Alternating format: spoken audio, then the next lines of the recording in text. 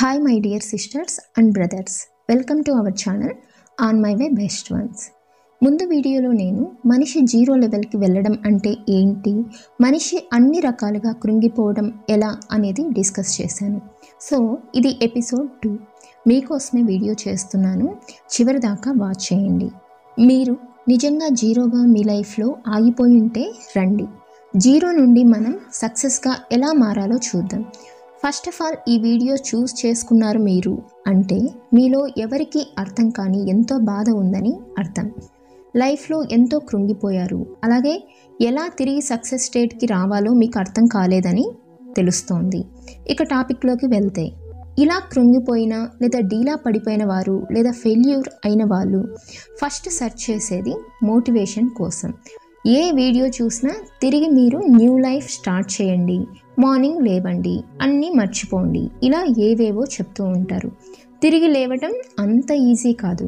ఒక ఇష్టపడిన వ్యక్తి మోసం చేస్తే తిరిగి మర్చిపోవడం అంత ఈజీ కాదు. ఎంత ట్రై చేసినా ఓడిపోతూ ఉంటే, అది చూసి అందరూ నిన్ను వేస్ట్ అనుకుంటూ ఉంటే, సో తిరిగి ఏమీ జరగనట్లు నార్మల్ స్టేజ్కి రావడం అంత ఈజీ కాదు.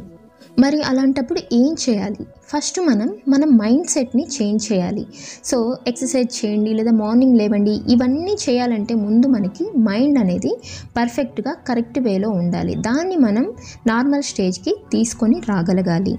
సో ఫస్ట్ వన్ నేనేం చెప్పాలనుకుంటున్నానంటే, ఇలా జీరోగా మిగిలిపోయిన వారు ఫస్ట్ ఆఫ్ ఆల్ ఓవర్ థింకింగ్లోకి వెళ్ళిపోతారు.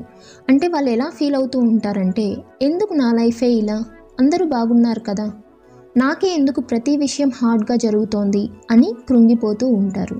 కానీ గుర్తుపెట్టుకోండి, ఫస్ట్ మీకు ఎప్పుడైతే ఇలా అనిపిస్తుందో మీకు మీరు ఇలా చెప్పుకోండి, ఇలా జరగడం మామూలే, అందరి లైఫ్ ఒకేలా ఉండదు, మేబీ నా రోల్ ఇదేనేమో అని. లైఫ్ అనేది ఒక సినిమా అయితే నా రోలు ఫెయిల్యూర్ అవ్వడమే ఏమో, కానీ తిరిగి నువ్వు ఎంత స్ట్రాంగ్గా మారుతావు అనేది మాత్రం నువ్వే రాసుకోవాలి. దేవుడి స్క్రిప్ట్లో అదేమీ లేదు.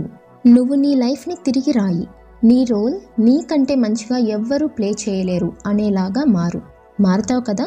ఐ నో నువ్వు మారుతావు. మోటివేషన్ వీడియోస్ చూస్తూ లేదా ఆలోచించుకుంటూ టైం వేస్ట్ మాత్రం చెయ్యకు. ఇక నెక్స్ట్ వన్ నేను ఏం చెప్పాలనుకుంటున్నానంటే, మనం అనుకుంటూ ఉంటాం బాధలో ఉన్నాం అంతే కదా అని, కానీ బాధ మనిషిని కృంగతీస్తుంది. బాడీ కూడా ఎనర్జీ లెస్గా, మనం లేవలేని విధంగా తయారవుతుంది. బాధకి బాడీకి లింక్ అనేది ఉంది. అలాగే నువ్వు హ్యాపీగా ఉన్నంత వరకు నీకు అన్నీ మంచి జరుగుతూనే ఉంటాయి. అదే నువ్వు ఒక్కసారి డల్ అయ్యావంటే ఇక చూసుకో, అప్పుడే ఇంట్లో ఎలక్ట్రిక్ వస్తువులు పాడవుతూ ఉంటాయి, బైక్ రిపేర్ వస్తుంది, అప్పుడే రిలేటివ్స్తోనో ఫ్రెండ్స్తోనో గొడవ అవుతుంది, అప్పుడే నీకు ఫీవరో హెల్త్ ప్రాబ్లమో వస్తుంది, లేదా మనీ లేక అప్పు కూడా చేయాల్సి వస్తుంది. ఇలా కష్టాలన్నీ మీకే అన్నట్లు మూట కట్టుకొని వస్తాయి. ఇదంతా ఎందుకు చెప్తున్నా అంటే, మీరు ఏ ప్రాబ్లం వల్లైనా డల్ అవ్వాల్సి వస్తే వీలైనంత వరకు నేలకు కొట్టిన బంతిలాగా తిరిగి లేవటానికి, హ్యాపీగా ఉండటానికి ట్రై చేయండి.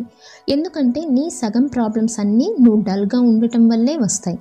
ప్రాబ్లం లిస్ట్ ఇంక్రీజ్ అవ్వకుండా అక్కడికే కట్ చేసి చెక్ పెట్టేయండి. సో ఫైనలీ వీడియో మొత్తానికి నేను మీకు ఒక రిమైండర్ లాగా నేను చెప్పాలనుకున్న 3 పాయింట్స్ ఒకసారి చెప్తాను, వినండి. ఫస్ట్ ఆఫ్ ఆల్, మీరు జీరోగా మారినప్పుడు మీరు చేయాల్సిన ఫస్ట్ వన్ ఏంటంటే, నాకే ఎందుకు ఇలా అనుకోవడం అని ఆపేసి నీ రోల్ ఏంటి, తిరిగి లైఫ్ని ఎలా స్టార్ట్ చేయాలి అని ఆలోచించు. ఇక సెకండ్ వన్, నీకు వచ్చే ప్రాబ్లమ్స్ అన్నీ డల్ అవ్వడం వల్లే వస్తాయి, వీలైనంత వరకు హ్యాపీగా ఉండటానికి ట్రై చేయండి. ఇక థర్డ్ వన్, మోటివేషన్ వీడియోస్ చూస్తూను లేదా ఆలోచించుకుంటూ టైం వేస్ట్ చేయకుండా ఏదైనా స్టార్ట్ చేయి. హార్డ్ వర్క్ అనేది షూర్ నిన్ను బెస్ట్ రిజల్ట్ ఇవ్వడానికి ట్రై చేస్తుంది. మేబీ లేట్ అవ్వచ్చేమో, కానీ ఖచ్చితంగా సక్సెస్ అవ్వచ్చు. ఎప్పుడైతే ఈ 3 పాయింట్స్ నువ్వు స్ట్రాంగ్గా నమ్ముతావో అప్పుడు నీకు మైండ్ సెట్ అనేది చేంజ్ అవుతుంది. దాని ద్వారా నీ లైఫ్కి ఒక దారి అనేది కనిపిస్తుంది.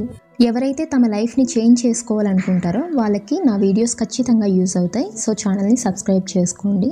అలాగే వీడియోకి లైక్ ఇవ్వడం మాత్రం మర్చిపోకండి. మీరు ఇచ్చే లైక్ వల్ల ఈ వీడియో ఇంకొక 10 మెంబర్స్కి రీచ్ అవుతుంది. Wait for next video. Thank you so much for watching.